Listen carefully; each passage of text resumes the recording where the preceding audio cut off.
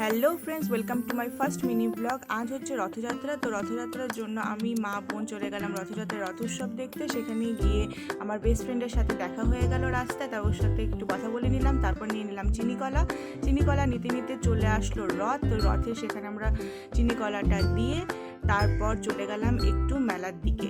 তো মেলাতে গিয়ে সবার প্রথমেই দেখে নিলাম সেখানে মাটির পুতুল আর হচ্ছে খুব সুন্দর সুন্দর ফুলদানি।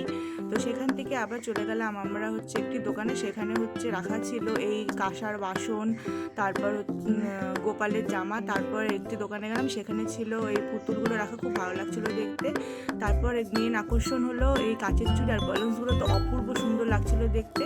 আর এখান থেকে নিয়ে নিলাম দুটো গোপাল ঠাকুর, একটি মা একটি আমি নিয়ে নিলাম। তারপর হচ্ছে এখানে একটু ভিডিও ক্লিপ তুলে নিলাম। আর এই সাইডে ছিল নাগরদোলা, বিভিন্ন রকমের রাইডস ছিল। তারপর এই শিবলিঙ্গটা আমার খুব পছন্দ হয়েছে দেখে আমি এই শিবলিঙ্গটা নিলাম। Thank you for watching.